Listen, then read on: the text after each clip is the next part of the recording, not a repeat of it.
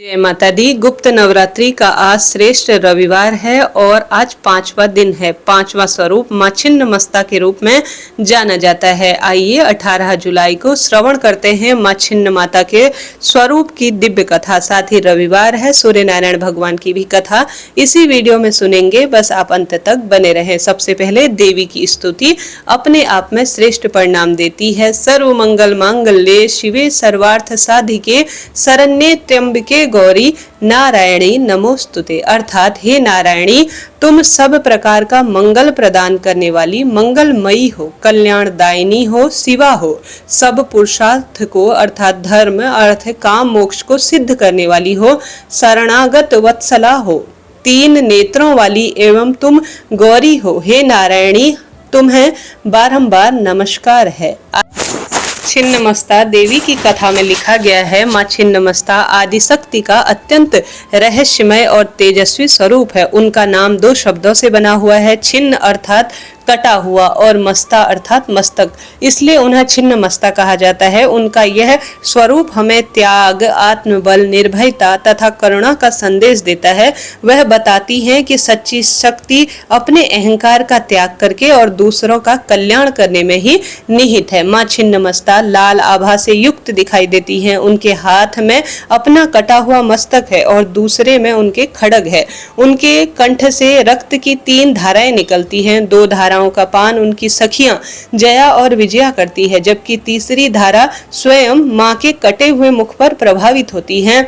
माता के गले में मुंडमाला, शरीर में दिव्य आभूषण, वह उनके मुख में तेजस्विता दिखाई देती है। उनका स्वरूप यह शिक्षा देता है कि जीवन में शक्ति, त्याग और आत्म संयम का संतुलन आवश्यक है। कथा अनुसार एक समय माता पार्वती अपनी 2 सखियां जया और विजया के साथ मंदाकिनी नदी पर गई थी। स्नान के बाद दोनों सखियों को अत्यंत भूख लगने लगी। उन्होंने माता से भोजन मांगा। माता ने थोड़ी देर प्रतीक्षा करने को कहा, परंतु उनकी भूख बढ़ती ही चली गई। अपनी सखियों को बहुत अधिक पीड़ा कष्ट में देखकर माता का मातृत्व प्रेम जाग उठा और माता का हृदय द्रवित हो उठा। तब उन्होंने अपने हाथ में धारण किए हुए खड्ग से अपना मस्तक स्वयं अलग कर दिया। तुरंत उनके कंठ से रक्त की 3 धाराएं निकली। 2 धाराएं जया और विजया ने ग्रहण की और उनकी भूख शांत हो गई। तीसरी धारा स्वयं माता के कटे हुए मुख में प्रवाहित हो रही थी। उस दिव्य क्षण से माता का यह दिव्य और अद्भुत स्वरूप मां छिन्नमाता के नाम से प्रसिद्ध हुआ। मान्यता है कि श्रद्धा पूर्वक मां छिन्नमाता की उपासना करने से भय और नकारात्मकता दूर होती है, शत्रुओं से रक्षा होती है, साहस और आत्मबल बढ़ता है, मानसिक शांति, एकाग्रता प्राप्त होती है, साधन में उन्नति मिलती है, साधना में उन्नति मिलती है, जीवन में कठिन बाधाओं को पार करने की शक्ति प्राप्त होती है, आध्यात्मिक जागृति और आत्मबल में वृद्धि होती है। माता अपने भक्तों को निर्भयता और विवेक का आशीर्वाद देती है। माता का श्रेष्ठ पूजन करने से अहंकार पूर्ण रूप से दूर होता है और सभी कष्टों से स्वतः ही मुक्ति मिल जाती है। प्रेम से बोलिए छिन्नमाता की जय। प्रिय श्रोताजनों, आज छिन्नमाता अपने आप में श्रेष्ठ बल शक्ति प्रदान करने वाली हैं। छिन्नमाता की पूजा से पुत्र विवाह, नौकरी, रोग, कर्ज इत्यादि की जो परेशानी है वह पूर्ण रूप से दूर हो जाती है। प्रेम से बोलिए छिन्नमाता की जय। छिन्नमस्ता देवी की जय हो। स्कंद माता 5वें दिन की स्वामिनी कही जाती हैं और नवरात्रि का 5वां दिन मां स्कंद माता को समर्पित है। कथा अनुसार इन्हें भगवान कार्तिकेय यानी स्कंद की माता होने के कारण स्कंद माता कहा जाता है। इनकी उपासना से भक्त को ज्ञान, साहस, सुख, समृद्धि और संतान सुख की प्राप्ति होती है। इंसान जितना भी उलझता है उतना ही माता को मातृ रूप में याद करता है और शांति की अनुभूति उन्हें होती है। माता का जो स्वरूप है वह अत्यंत तेजस्वी और दिव्य है। वह कमल के फूल पर विराजमान रहती हैं, इसलिए उन्हें पद्माशिनी भी कहा जाता है। उनका वाहन सिंह है, उनकी 4 भुजाएं हैं, 2 हाथों में कमल के पुष्प हैं, 1 हाथ में बाल स्कंद यानी कार्तिकेय विराजमान है, 4था हाथ वरद मुद्रा में है जिससे वह भक्तों को आशीर्वाद देती हैं। इनके मस्तक पर स्वर्ण मुकुट और दिव्य आभूषण सुशोभित है। पौराणिक कथा के अनुसार जब राक्षस तारकासुर ने कठोर तप करके वरदान प्राप्त किया था कि उनका वध केवल भगवान शिव के पुत्र पुत्र द्वारा हो सकता है, तब वह तीनों लोक में अत्याचार करने लगा। देवताओं ने भगवान शिव और माता पार्वती से प्रार्थना की। बाद में माता पार्वती ने एक तेजस्वी पुत्र को जन्म दिया, जिनका नाम स्कंद यानी कार्तिकेय रखा गया। कार्तिकेय बड़े होकर देवताओं के सेनापति बने और उन्होंने भीषण युद्ध में तारकासुर का वध कर दिया। कार्तिकेय की माता होने के कारण मां पार्वती यह स्वरूप अर्थात स्कंद माता स्वरूप प्राप्त की। यह रूप मातृत्व, करुणा, शक्ति और धर्म की रक्षा का प्रतीक है। जो भक्त सच्चे मन से मां स्कंद माता का पूजन करता है, उनके जीवन में भय, दुख और अज्ञानता दूर होती है और परिवार में सुख शांति का वास होता है। आज सर्वश्रेष्ठ रूप में माता का जो प्रिय भोग है, जब आप छिन्न माता और स्कंद माता का अपने घर के मंदिर में दीपदान के रूप में और पूजन पाठन के रूप में करेंगे, तो भोग आज विशेष रूप से केले का भोग मां स्कंद माता के निमित्त लगाना चाहिए। बाद में समर्पित करने के बाद भक्तों में इसे बांटना और स्वयं ग्रहण करना शुभ माना जाता है। आज दुर्गा चालीसा या दुर्गा स्तुति, दुर्गा सप्तशती पाठ करना अत्यंत श्रेष्ठ माना जाता है। देवी का मंत्र है, या देवी सर्वभूतेषु मां स्कंद माता रूपेण संस्थिता, नमस्तस्यै नमस्तस्यै नमस्तस्यै नमो नमः। बीज मंत्र इस प्रकार से है, ओम देवी स्कंद माताय नमः। आज के दिन पूजा पाठ से सुख, संपत्ति और संतति का वरदान मिलता है। परिवार में श्रेष्ठ बुद्धि, विवेक और आत्म विश्वास बढ़ता है। हे स्कंद माता, हे छिन्नमस्ता माता, प्रिय श्रोता जो भी कथा सुने, आज पूजा करें, आपके निमित्त दीप दान करें और श्रेष्ठ आपकी उपासना करें। उनके संतान की परेशानी दूर करना, खूब सौभाग्य देना और धन संपदा में बरकत करना। प्रेम से बोले स्कंद माता की जय, छिन्नमस्ता माता की जय। रविवार है, रविवार व्रत कथा। आइए रविवार व्रत की पौराणिक कथा अनुसार प्राचीन काल में एक बुढ़िया रहती थी। वह नियमित रूप से रविवार का व्रत करती। रविवार के दिन सूर्योदय से पहले उठकर बुढ़िया स्नान इत्यादि से निवृत्त होकर आंगन को गोबर से लीपकर स्वच्छ करती। सूर्य भगवान की पूजा उपासना करते हुए रविवार व्रत कथा सुनकर सूर्य भगवान को भोग लगाकर दिन में एक समय भोजन करती। सूर्य भगवान की अनुकंपा से बुढ़िया को किसी प्रकार की चिंता व कष्ट नहीं था। धीरे धीरे उसका घर धन धान्य से भर गया था। उस बुढ़िया को सुखी होते देख उसकी पड़ोसन उससे जलने लगी। बुढ़िया के कोई गाय नहीं पाल रही थी, क्योंकि वह वृद्ध स्वरूप में थी। अतः वह अपनी पड़ोसन के आंगन में से बधी हुई गाय का थोड़ा गोबर लाती थी। पड़ोसन ने कुछ सोचकर अपनी गाय को घर के भीतर बांध लिया। रविवार को गोबर न मिलने से बुढ़िया ने अपना आंगन नहीं लीपा। आंगन न लीप पाने के कारण उस बुढ़िया ने सूर्य भगवान को भोग भी नहीं लगाया और उस दिन स्वयं भी भोजन नहीं किया। सूर्यास्त होने पर बुढ़िया भूखी प्यासी सो गई। प्रातःकाल सूर्योदय से पहले उस बुढ़िया की आंख खुली तो वह अपने आंगन में एक सुंदर गाय और बछड़े को देखकर हैरान हो गई। गाय को आंगन में बांधकर उसे जल्दी से चारा खिलाया। पड़ोसन ने उस बुढ़िया के आंगन में बंधी हुई सुंदर गाय और बछड़े को देखा तो वह और जलन करने लगी। तभी गाय ने सोने का गोबर किया। गोबर को देख के ही पड़ोसन की आंख फटी की फटी रह गई। पड़ोसन ने उस बुढ़िया को आसपास न पाकर तुरंत उस गोबर को उठाया और अपने घर में ले गई और अपनी गाय का गोबर वहां रख दिया। सोने के गोबर से पड़ोसन कुछ दिनों में खूब धनवान हो गई। गाय प्रतिदिन सूर्योदय से पूर्व सोने का गोबर किया करती थी और वह बुढ़िया के उठने से पहले ही पड़ोसन उस गोबर को उठाकर ले जाती। बहुत दिनों तक बुढ़िया को सोने के गोबर के बारे में कुछ भी पता नहीं चला। बुढ़िया पहले की तरह हर रविवार को भगवान सूर्य देव का व्रत करती, कथा सुनती सुनाती। लेकिन सूर्य भगवान को जब पड़ोसन की चालाकी का पता चला तो उन्होंने तेज आंधी तूफान चला दिया। आंधी का प्रकोप देखकर बुढ़िया ने गाय को घर के भीतर बांध लिया।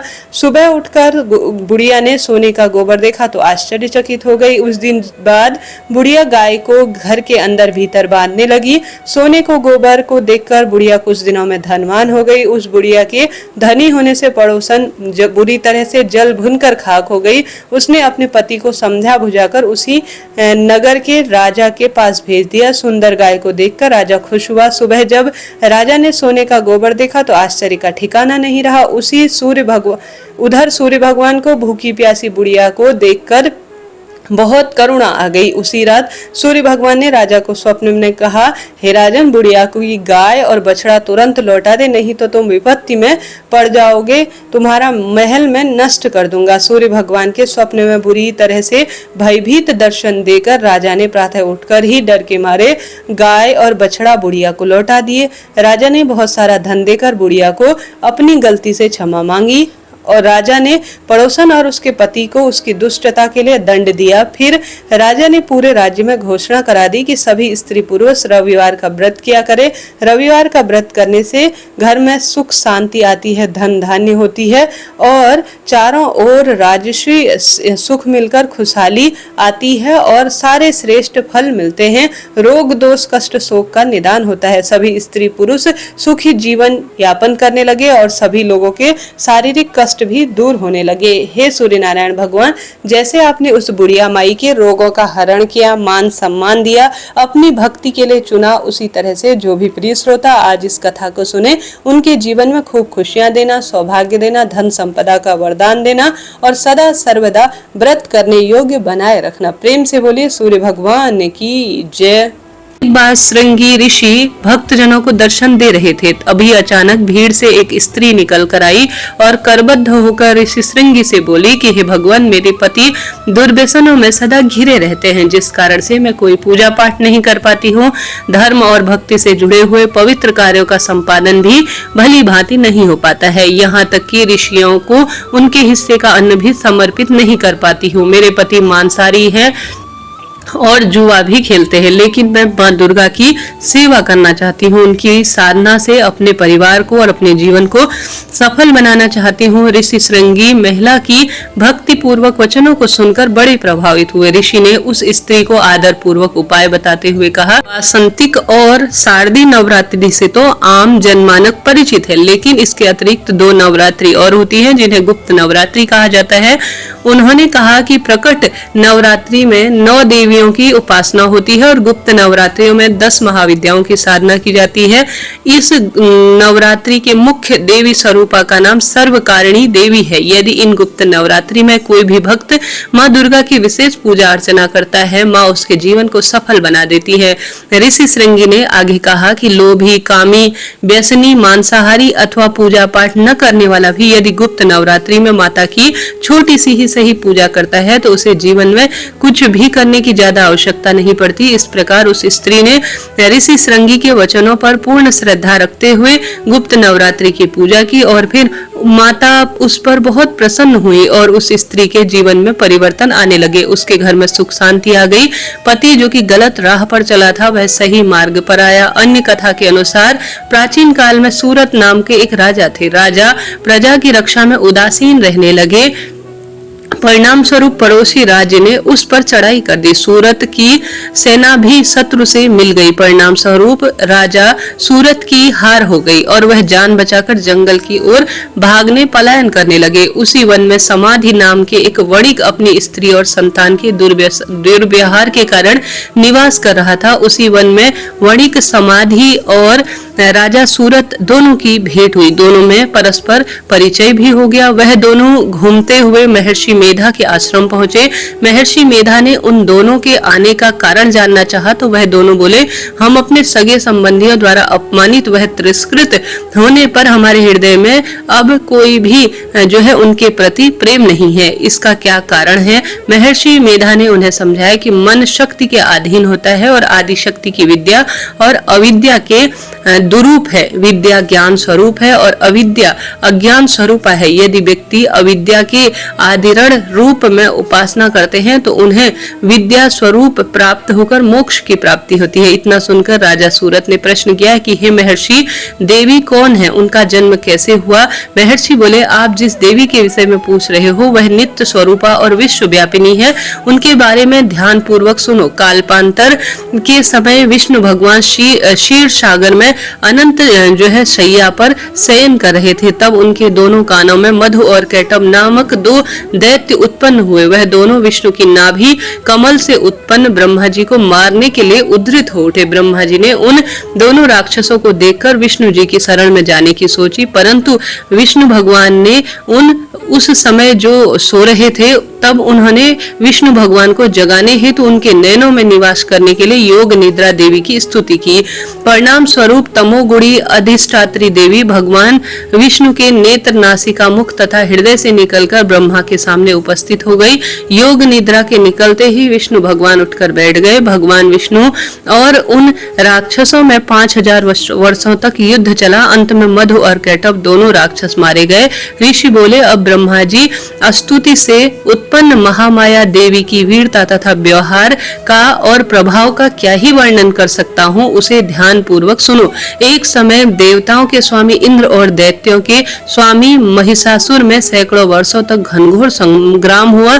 इस दौरान में देवराज इंद्र की पराजय हुई और महिषासुर इंद्रलोक का स्वामी बन बैठा। अब देवतागण ब्रह्मा के नेतृत्व में भगवान विष्णु और भगवान शंकर की शरण में गए। देवताओं की बातें सुनकर भगवान विष्णु तथा भगवान शंकर क्रोधित हो गए। भगवान विष्णु के मुख और ब्रह्मा और शिवजी तथा इंद्र आदि के शरीर से एक तेज पुंज निकला, जिसमें समस्त दिशाओं में जलने वाली, और अंत में वही तेज पुंज एक देवी के रूप में परिवर्तित हो गया। देवी ने सभी देवी देवताओं से आयुध व शक्ति प्राप्त कर उच्च स्वर में अट्टहास किया। इससे तीनों लोक में हलचल सी मच गई। महिषासुर अपनी सेना लेकर इस सिंहनाद की ओर दौड़ पड़ा। उसे देखते ही देवी के प्रभाव से तीनों लोग आलोकित हो रहे थे। महिषासुर की देवी के सामने एक भी चाल सफल नहीं हुई। वह देवी के हाथों मारा गया। आगे चलकर यह देवी शुंभ और निशुंभ राक्षसों का वध करने के लिए गौरी देवी के रूप में भी अवतरित हुई। इन उपरोक्त व्याख्यानों को सुनकर मेधा ऋषि ने राजा सूरत और वानिक से देवी स्तुति वंदन की विधिवत व्याख्या की। राजा और वणिक नदी पर जाकर देवी की तपस्या करने लगे। 3 वर्ष घोर तपस्या करने के बाद देवी ने प्रकट होकर उन्हें आशीर्वाद दिया। इससे वणिक संसार के मोह से मुक्त होकर आत्मचिंतन करने लगा और राजा ने शत्रुओं पर विजय प्राप्त करके अपना वैभव प्राप्त कर लिया।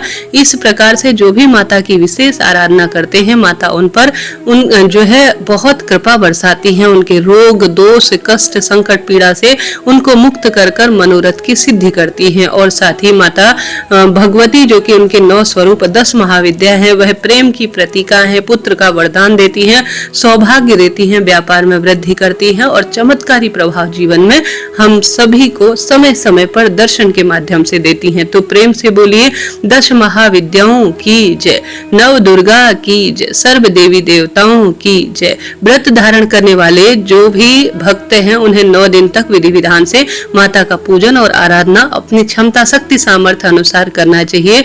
इस दौरान शुद्ध व सात्विकता का पालन करना चाहिए, ब्रह्मचर्य का पालन करना चाहिए। इस दौरान फलाहार करके व्रत को धारण करें, नहीं तो एक समय सेंधा नमक का प्रयोग कर भी व्रत को धारण किया जा सकता है। इस दौरान किसी के ऊपर व्रती को बिल्कुल भी, अर्थात जो व्रत करने वाले हैं, उन्हें क्रोध नहीं करना चाहिए, ईर्ष्या, राग, द्वेष का भाव नहीं लाना चाहिए।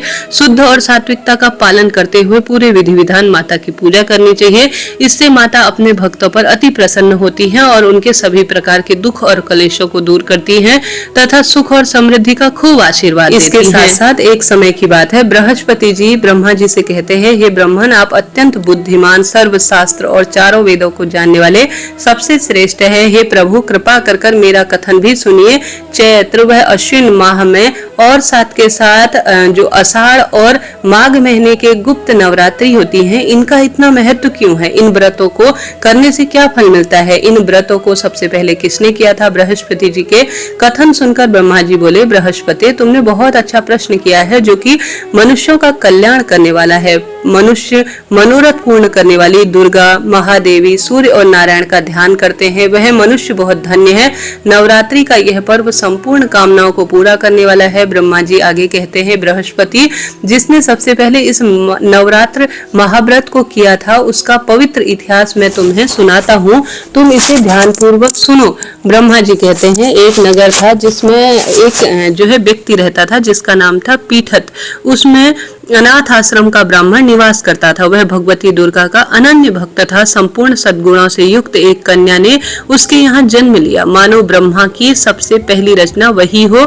उसका नाम सुमति रखा गया। सुमति अपनी सहेलियों के साथ ऐसे बड़ी होने लगी जैसे शुक्ल पक्ष में चंद्रमा की कलाएं बढ़ रही हो। सुमति के पिता नियम से प्रतिदिन दुर्गा की पूजा व हवन किया करते थे और उस समय सुमति भी वहां उपस्थित रहती थी। एक दिन सुमति अपनी सहेलियों के साथ खेल रही थी और खेल में मग्न हो गई और भगवती की पूजा में शामिल नहीं हो सकी। उसके पिता को सुमति पर बहुत क्रोध आया और क्रोध में आकर वह कहने लगे, हे दुष्ट पुत्री, आज तुमने भगवती के पूजन में शामिल नहीं होने का क्यों सोचा है?